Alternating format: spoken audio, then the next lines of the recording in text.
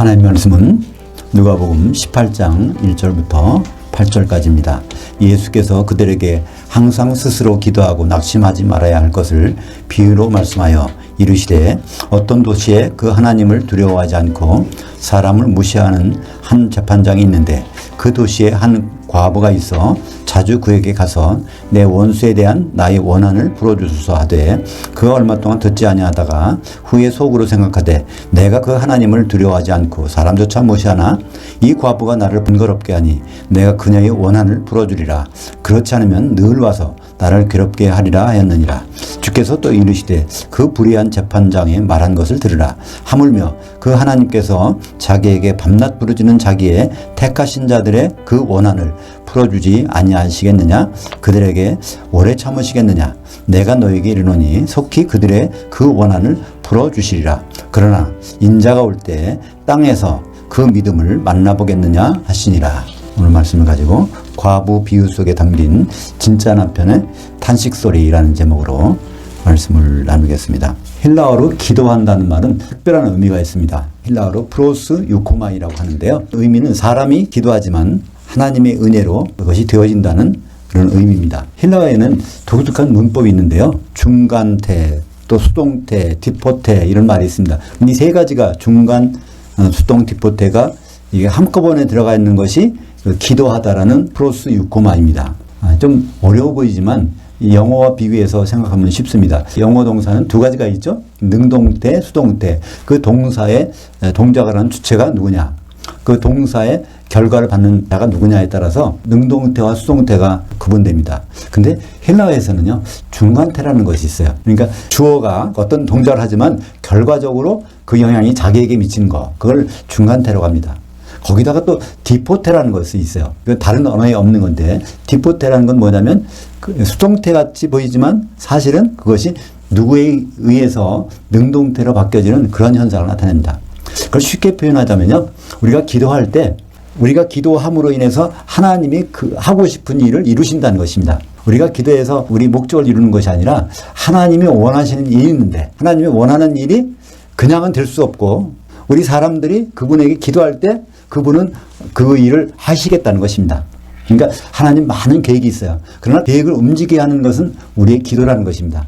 우리가 기도할 때 하나님 일들이 현실로 나타나는 것이죠. 바로 주기도문이 그렇습니다. 마태복음 6장 9절부터 10절까지 보면 그러므로 너희는 이렇게 기도하라. 하늘들에 계신 우리 아버지여 아버지 이름이 거룩히 여김을 받으시오며 아버지의 통치가 임하시오며 아버지의 뜻이 하늘에서 이루어진 것 같이 땅에서도 이루어지이다. 이 기도 내용을 보면요. 우리 사람에 대한 거는 하나도 없어. 전부 하나님에 대한 거. 그분의 이름이 거룩히 여김을 받는 거고 그분의 통치가 이루어지는 거고 또 아버지의 그 뜻이 셋째 하늘에서 결정된 것이 바로 땅에서 이루어지는 것. 전부가 아버지가 하실 일인데 예수님은 우리 보고 이렇게 기도하는 거예요. 그렇다는 게 우리가 기도하지 아니하면 하나님이 그 뜻을 이루실 수가 없도록 하나님은 정하셨다는 것입니다.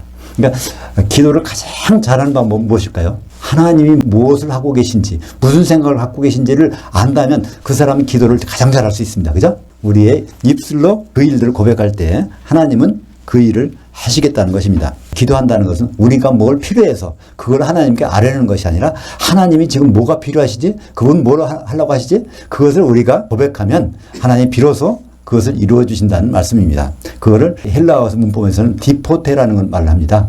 그러니까 우리가 능동적으로 뭐를 요청하면 그분은 수동적으로 그걸 하시겠다는 거예요. 그러니까 그런 일들이 참 놀랍지 않습니까? 하나님이 자기 멋대로 뭘 하시는 것이 아니라 하나님 모든 계획을 갖고 계신데 우리들이 그걸 요청해야 그 일이 비로소 이루어진다는 것을 말씀하고 있는 것입니다. 근데 주기도문의 그 마지막 부분에 하늘에서 이루어진 것 같이 땅에서도 이루어지다라는 그 땅이 바로 오늘 우리가 읽은 누가복음 18장 8절 마지막 부분에 나옵니다. 내가 너에게 이르노니 속히 그들의 그 원한을 풀어주시리라. 그러나 인자가 올 때 땅에서 그 믿음을 만나보겠느냐 하시니라. 근데 이 부분이 번역이 우리가 가지고 있는 성경은 좀 잘못돼 있어요. 인자가 올 때 세상에서 그 믿음을 만나겠느냐. 그래서 예수님이 재림하실 때 믿는 자를 보겠느냐 이렇게 해석을 합니다. 이렇게 이제 보통 번역이 돼 있어요. 근데 여기서는 세상이 아닙니다. 땅이라는 거예요. 그럼 성경에서 땅은 어떤 의미가 있을까요? 그러니까 주기도문이 산상수훈에 나오는 것이죠. 근데 산상수훈 5장에 보면 거기 땅에 대한 정의를 하십니다. 마태복음 5장 5절에 온유한 자들은 복이 있나니 그들이 땅을 기업으로 받을 것이며, 성경에서 나오는 땅은 특별한 것입니다. 하나님이 기업이라는 거예요. 하나님의 상속물, 하나님이 우리에게 주신 상속물이 과연 무엇일까요? 우리가 끝까지 가지고 가야 될 상속물은 교회입니다. 세상은 모든 것이 없어도 교회로 남아 있어야 주님과 혼인할 수 있는 길이 열리지 않습니까? 그래서 성경에서 이 땅은 바로 교회를 의미하고 있는 것입니다. 그래서 마태복음 5장 13절에도요. 너희는 땅의 소금이니, 유명한 말씀이죠. 우리는 세상의 빛과 소금이라 이렇게 말하고 있는데 그렇지 않습니다. 우리는 예수님의 제자들, 성도들은요. 땅의 소금이고 세상은 빛이라는 거예요. 땅과 세상은 구분됩니다. 땅은 게라는 헬라어고 세상은 코스모스라는 헬라어입니다. 이게 전혀 다른 곳이에요. 땅의 소금이라는 것은 교회의 소금이 되라는 것입니다. 교회에서 우리가 어떤 소금이 될까요? 소금의 역할은 마가복음 9장 50절에 잘 설명되어 있어요. 너희가 소금을 두고 서로 화목하라. 그래서 소금의 용도는 서로 화목하는, 서로 잘 연결되고 끈끈하게 맺어지는 역할을 하는 것이 소금입니다. 우리가 라면 국물을 먹지 말라는 얘기 하지 않습니까? 그럼 왜 그럴까요? 그 라면 국물에는 그 나트륨이 많이 있다는 겁니다. 소금이 많이 들어가 있다는 거예요. 실제적으로 그렇습니다. 보통 국수보다요, 라면 국물 속에는 소금이 많이 들어가 있어요. 소금은 어떤 역할을 하기 때문에? 응집하는 역할. 그러니까 국수발을 가늘게 뽑으려면 끊어지지 않게 하려고 소금을 많이 집어넣습니다. 그러니까 소금은 아주 끈끈하게 가루가 반죽되는 역할을 하거든요. 그것처럼 우리 성도들은 교회에서 서로 연합이 되고 화목되는 그런 역할을 해야 되는 것이 우리의 사명입니다. 그러니까 우리가 세상 나가서 소금 역할을 한다는 것은 성경적이 아닙니다. 그건 소금을 오해한 거죠. 보통 세상에서 소금이 어떤 의미를 씁니까? 방부제 역할을 쓰잖아요. 그러니까 썩어져가는 세상에 가서 그 세상을 정화시키는 역할을 우리가 해야 된다. 기독교인이 해야 된다. 근데 그 성경은 그게 아닙니다. 너희는 땅에서 소금 역할을 해야 된다는 것이죠. 바로 교회에서 서로 화목하고 하나 되는 역할을 해야 되는데, 그리고 이제 세상에 나가서는 어떻게 해요? 세상의 빛이라. 그러니까 이 세상은 영적으로 보면 어두운 곳입니다. 그 어두운 곳에 빛을 비춰줘야 그들이 길을 찾지 않겠습니까? 그래서 세상의 빛과 소금, 이 말은 성경적인 말이 아닙니다. 성경을 오해한 것이죠. 땅에서는, 교회에서는 소금 역할, 세상에서는 빛의 역할, 이것이 우리 성도들 교회의 사명인 것입니다. 그래서 마태복음 5장 14절에 너희는 세상의 빛이니, 세상에 나가서는 소금이 아니라 빛의 역할을 하라고 말씀하고 있는 것이죠.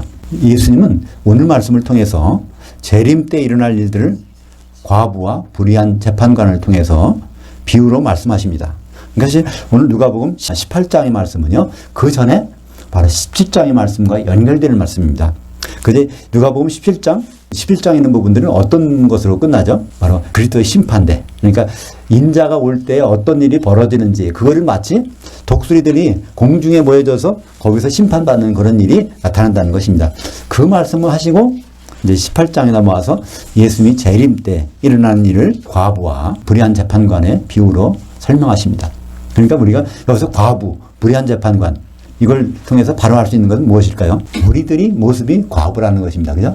그리고 불의한 재판관을 통해서는 이 세상의 재판관도 이렇게 재판을 하는데, 이 의로운 재판관이신 예수님은 반드시 심판하시겠다는 그런 내용입니다. 그래서 이것을 과부와 재판관의 비유로 우리에게 소개하고 계신 것입니다. 누가복음 18장 3절에 보면 그 도시에 한 과부가 있어 자주 그에게 가서 내 원수에 대한 나의 원한을 풀어주소서 하되. 근데 이 비유는 보통 잘못 이해되고 있죠? 우리가 하나님께 기도해서 한 번 해서 안 되면 또 두 번 하고, 두 번 해서 안 되면 세 번 하고, 그러니까 끈질기게 기도하면 결국은 하나님은 들어주신다. 세상의 불의한 재판관도 들어주시는데 하나님이 안 들어주실 없겠느냐. 그래서 끈질긴 기도를 해야 되는 필요성에 대해서 이 비유를 말씀하시는데, 이건 전혀 그게 아니죠. 우리의 신분이 무엇이냐, 우리의 본분이 무엇이냐, 그것을 소개해 주는 것입니다. 우리 교회는요, 지금 신분이 뭐냐면은 남편이 지금 없어요. 남편을 만나야 돼. 남편을 기다리는 상황이에요. 그죠? 남편이 오시길 기다리는데 그걸 생각하지 않고 완전히 방치된 상태에 있는 그래서 여기 그 과부의 원한을 반드시 풀어주신다는데요. 우리가 누군지를 알면 또 우리가 어떤 원한을 갖고 있는지도 알 수 있죠. 과부의 원한이 무엇일까요? 과부는 참 세상에서 불이익을 받는 사람입니다. 왜 불이익을 받을까요? 남편이 없어서, 그죠? 남편이 세상에 있지 않기 때문에 불이익을 받는 사람이 바로 과부의 처지인 것이죠. 그렇다면 그 외의 원한이 풀려지는 순간은 무엇일까요? 남편이 돌아오거나 남편이 살아오거나 남편을 만나는 때가 바로 과부의 원한이 풀어지는 것입니다. 그러니까 우리가 이 교회를 이루고 이 세상에 있지만 우리의 원한은 언제 풀릴까요? 남편 대신 우리 주님이 오시는 그때 바로 우리의 모든 원한은 풀려질 것입니다.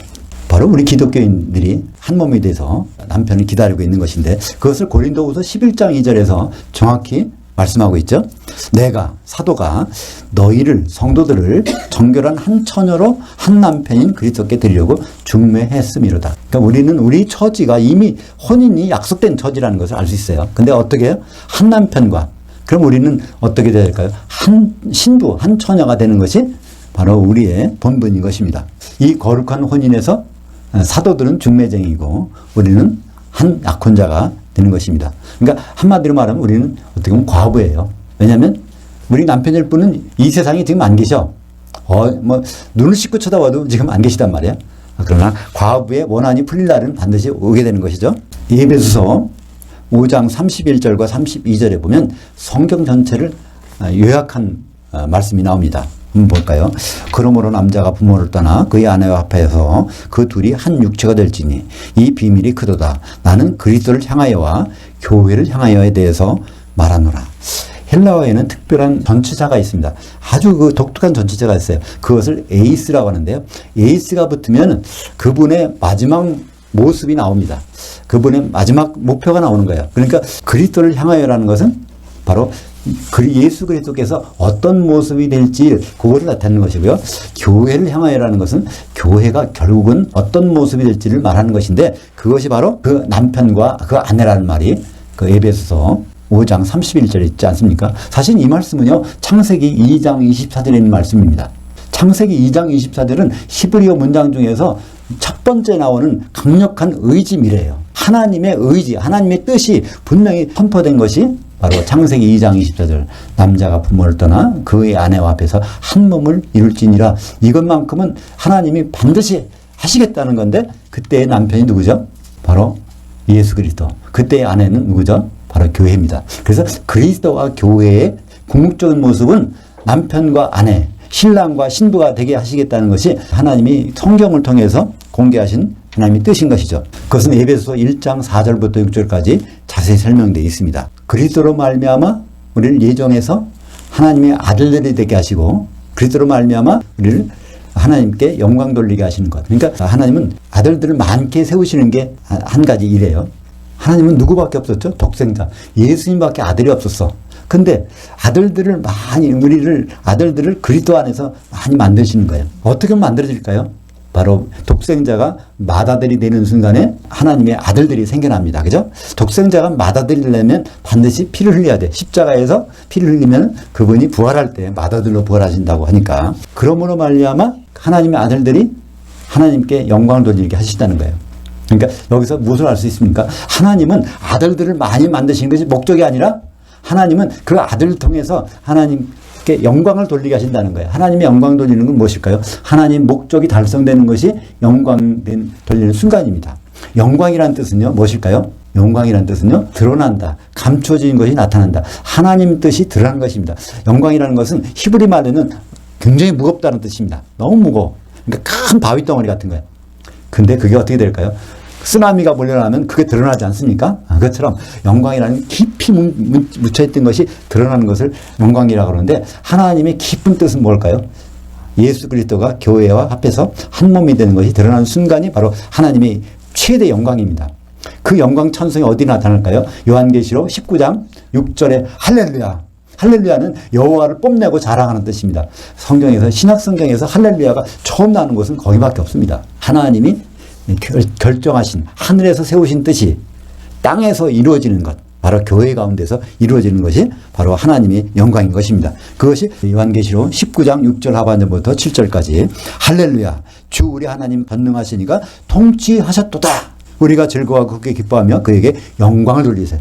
영광이라는 것이 하나님의 뜻이 세상 바에 환히 드러나는 것. 어린 양의 혼인이 이르렀고 그의 아내가 자신을 준비하였으므로. 그러니까 성경 전체는 바로 이 하나님의 영광이 드러나는 것으로 압축됩니다. 그 일 중에 하나가 바로 우리가 지금 과부 신세라는 거예요. 남편 오길 기다리는 과부 신세. 근데 이 우리가 남편을 맞으려면은 한 몸 돼야 되지 않습니까? 우리 여러 사람들이 있는데 어떻게 한 몸 될까요? 바로 성령의 기름으로 하나가 되는 그 놀라운 일이 벌어질 때 요한계시 19장 6절에서 할렐루야 하는 것이 그 할렐루야를 부르는 사람들이 성도들 중에서 이기는 자들. 바로 그들이 성도들의 의로움들이더라. 그 세마 보고서는요 성도들이 만들어내는 의로움이라는 거예요. 그 의로움이 바로 성령으로 하나 된 한 신부의 모습을 한 세마포로 표시하고 있는 것입니다. 예수님은 2000년 전에 오셨어요. 앞으로 오실 건데 왜 미리 오셨을까요? 여러분 예수님은 재림하시는데 왜 오실까요? 할 일이 있었습니다. 예수님이 2000년 전에 오셔서 교회를 준비해야 돼요. 그 교회가 그리스도를 향하여 교회를 향하여 바로 신부가 되어야 되니까. 그래서 교회를 얻으시기 위해서 사도행전 20장 28절에 예수님이 무엇 때문에 피 흘리셨다고요? 교회를 사시기 위해서 피를 흘리셨다는 것입니다. 그러니까 예수님 피를 흘리실 계획을 청세전부터 계획하셨는데 그리스도 안에서 우리를 예정하셨으니까 그리스도라는 것은 바로 피 흘리실 십자가의 어린 양을 말씀하시거든요. 창세전부터 피 흘리실 것을 작정하시고 그것이 바로 교회를 얻으시는 일로 마감이 되는데 그 교회에 우리 한 사람 한 사람이 교회의 지체가 아닙니까? 우리가 성도들이요 너무 귀한 것은 이분 중에 한 번이라도 잘못 빠져나가면요 흠이 생겨요. 우리가 주님 오실 때 흠 없는 정결한 천으로 돼야 되는데 이 중에서 내가 아무리 잘났다고요 다른 성도들이 흠이 생겨서 떨어나가면 결혼식이 안 되거든요. 그래서 우리는 한 분 한 분을 그렇게 아가페 사랑으로 사랑해야 되는 이유가 있습니다. 우리가 그 결혼식에서 하나님의 영광을 찬송하기 위해서는 그래야 되는 것입니다. 그러면 예수님이 소림 때는 교회를 세우시기 위해서 오셨는데 재림 때는 오시긴 오실 텐데 어디로 오실까요? 이 땅으로 다시 오실까요?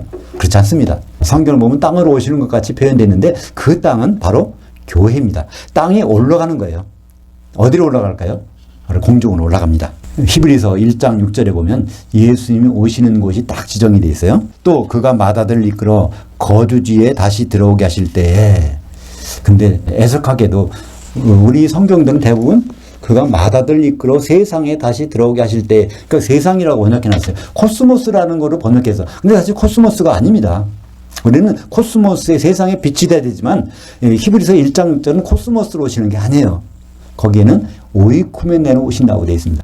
마다들은 오이쿠메네로 오신다는 거예요. 근데 오이쿠메네가 무엇일까요? 오이쿠메네는 헬라어로 두 단어가 합동된 것입니다. 오이코스라는 것과 메네가 합동된 거예요. 오이코스라는 집이고 메네는 거주한다. 거주지라는 뜻입니다. 그러니까 성도들의 거주지가 어디가 될까? 그러면 성도들의 거주지로 예수님 오시는데 그 성도들의 거주지가 어디가 될까를 알면 예수님 오신 곳을 알 수 있습니다. 그것이 데살로니가전서 4장 16절과 17절에 있습니다. 한번 볼까요? 주께서 중간에 생각하고 하늘로부터 강림하시리니 그리스도 안에서 죽은 자들이 먼저 일어나고 그 후에 우리 살아남은 자들도 그들과 함께 구름 속으로 휴거되어 공중에서 주를 만나게 하시리니 주님은 거주지로 오신다 그러는데 여기서 주님은 어디서 만난다고요? 공중에서 만난대요. 그러면 공중에 거주지가 되어 있는 것입니다. 그러니까 이 교회가 공중으로 올라가는 것이죠. 성도들이 개인적으로 1대1로 올라가는 것이 아니라 성도들이 교회로서 공중에 올라가는 장면이 요한계시록에 발견되지 않습니까?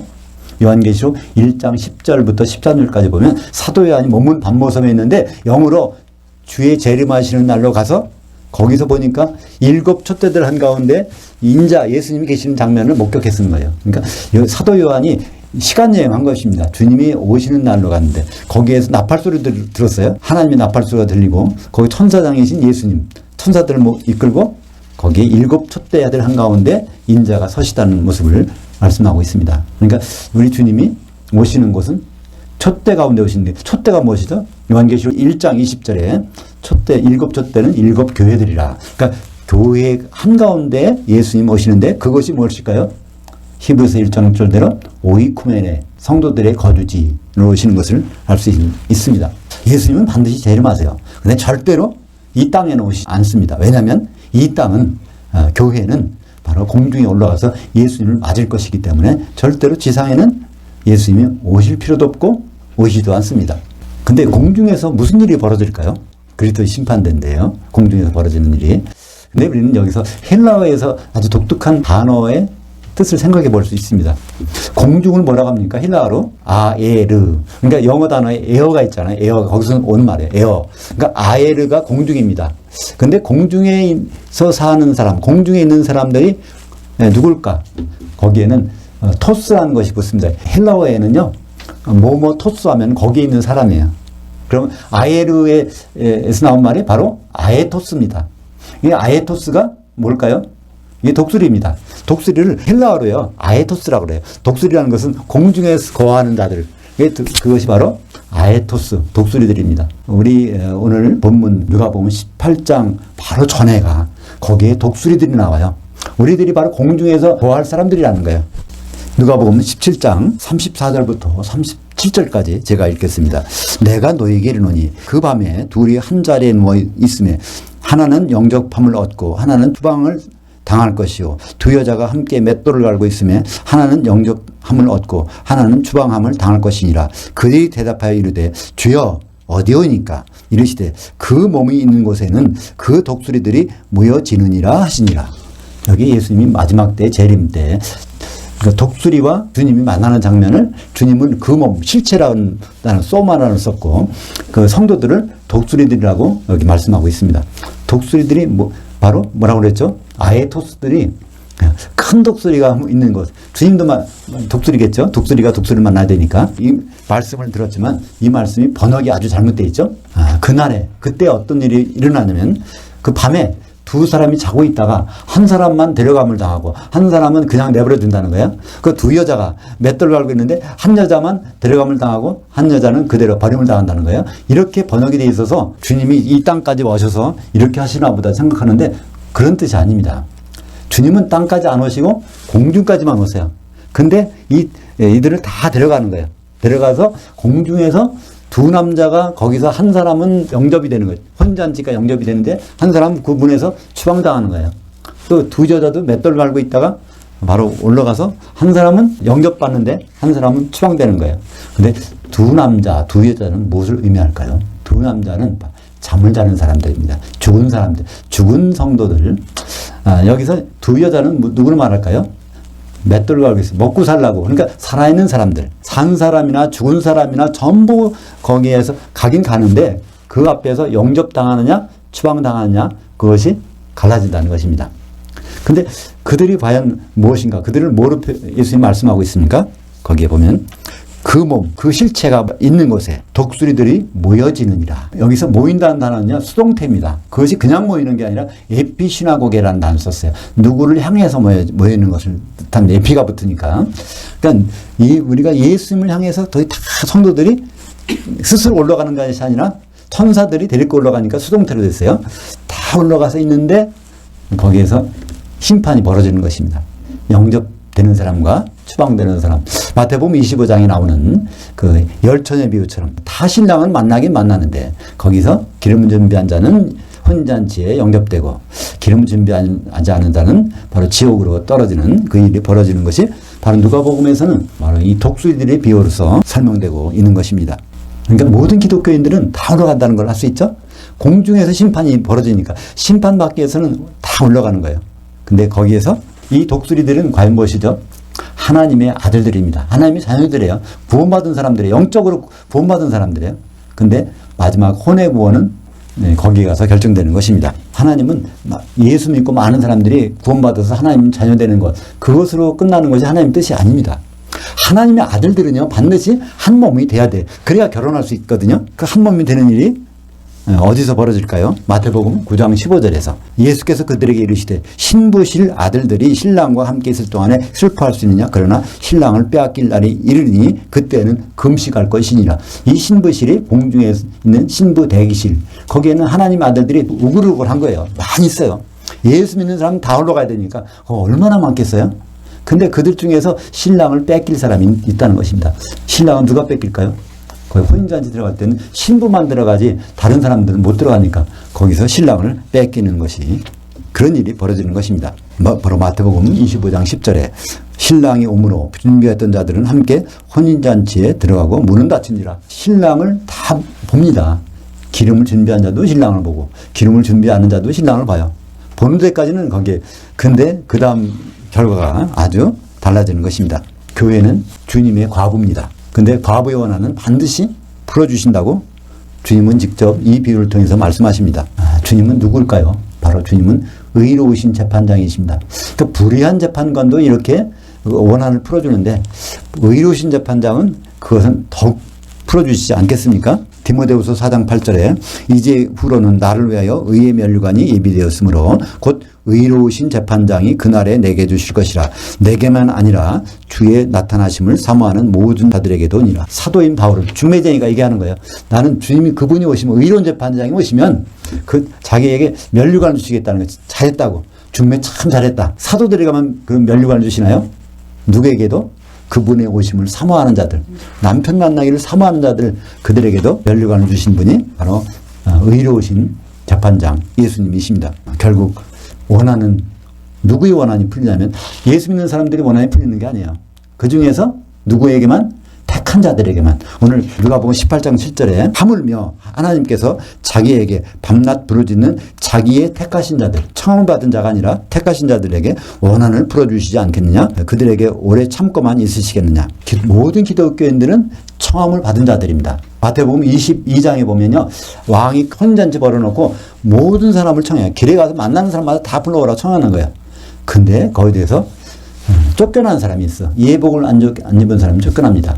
그러니까 그리스도의 옷을 안 입은 사람, 성령의 두루마기를 안 입은 사람은 영락없이 거기서 쫓겨나는 것입니다. 마태복음 22장 14절에 말씀하십니다. 청함을 받은 자들은 많되 택함을 입은 자들은 적으니라. 이때 이제 점심과 저녁이라는 만찬이라는 단어가 이제 생략되어 있는데 혼잔치 오찬에는 모든 기독교인들이 거기에 오는 거죠. 만찬에는 예복을 입은 사람만 참여하게 됩니다. 그 예복이 바로 그리스도의 옷. 그리스도의 옷은 어떻게 볼까요? 갈라디아서 3장 27절에 성령으로 세례를 받아 그리스도의 옷을 입었느니라. 그러니까 그리스도의 옷은요, 성령 세례 아니면, 성령 가운데 잠기지 않으면, 기름을 준비하지 않으면 그리스도의 옷을 입을 수가 없는 것입니다. 예복이나 혼잔치 예복은요, 성령이 아니고서는 입을 수가 없는 것이죠. 실제로 요한계시록에서는 마지막 때가 될 때 우리 교회의 모습을 보여주고 있습니다. 하나님이 가장 싫어하는 교회, 하나님이 진노하는 교회의 모습이 어떻게 될까? 그것이 큰 성 바벨론, 음녀라는 것은요, 약혼자가 있는데 다른 데 눈 팔고 있는 사람을 음녀라고 합니다. 그것을 큰 성 바벨론이라고 그래요. 큰 성 바벨론, 세상에서 바람직하지 않은 교회, 타락한 교회의 모습이 어떤 모습일까? 요한계시록 18장 7절입니다. 하반절에 그녀가 마음이 말하기를 나는 여왕으로 앉은 자여 과부가 아니라 결단코 애통함을 당하지 아니하리라 하니. 오늘 예수님은 마지막 때 일을 과부를 통해서 비유를 설명해 주셨는데 여기 요한계시록에도 같은 18장이네요. 누가복음 18장, 요한계시록 18장 그 7절 하반절에 보면 나는 과부가 아니라는 거예요. 과부의 원한을 풀어주시는 분이 예수님이신데 자기를 과부가 아니라고 하니까 남편이 필요 없다는 것이니까 이것이 바로 예수님이 가장 섭섭해 하시는 말씀입니다. 그죠? 싫어하시는 말씀이죠. 이 큰 성 바벨론, 과부가 아니라고 주장하는 사람들이 결국 어디에 들어가죠? 요한계시록 18장 21절에 큰 맷돌 가운데 묶여서 불 섞인 유리바다에 던져지는 것을 볼 수 있습니다. 예수 믿는 사람들이 혼잔치에 들어가고 또 어디 들어가죠? 불 섞인 유리바다. 다른 말로 하면 지옥입니다. 그러니까 지옥은 불신자가 가는 곳이 절대로 아닙니다. 예수 믿는 사람 중에서 예수님을 남편이라고 생각하지 않는 사람, 이 사람이 가는 곳이 지옥인 것입니다. 사랑하는 여러분, 진짜 남편의 탄식 소리가 들리시나요? 누가복음 18장 8절 한번 다시 보겠습니다. 같이 볼까요? 내가 너에게 이르노니 속히 그들이 그 원한을 풀어주시리라. 그러나 인자가 올 때 땅에서 그 믿음을 만나보겠느냐. 이것이 바로 예수님의 지금 셋째 하늘에서 탄식하고 있는 소리입니다. 그때 바로 공중에서 이런 일을 우리가 듣게 되면 안 되겠지 않습니까? 모든 기독교인의 원한은 반드시 풀리게 돼 있어요. 근데 어떤 자가 될 때 청함을 받은 자가 아니라 택함을 받은 자로 될 때, 바로 그리스도의 예복을 입을 때 성령의 두루마기를 입고 있는 성도들에게 원한은 반드시 풀려질 것입니다. 예수님은 영적으로 분명 우리의 남편 되십니다. 기도하겠습니다. 하나님 아버지 감사합니다. 오늘 과부와 재판관의 비유를 통해서 마지막 때 공중에서 일어난 일을 다시 우리에게 알려주심을 감사합니다. 우리가 비록 이 세상에 살고 여러 가지 어려운 일이 있지만 과부와 같은 그런 사회적인 약자의 처지에 있지만 반드시 그 원한을 풀어주신다고 하였사오니 우리의 신분을 잘 유지하고 남편 되신 예수님을 기다릴 수 있도록 인도하여 주시옵소서. 예수님 이름으로 기도합니다. 아멘.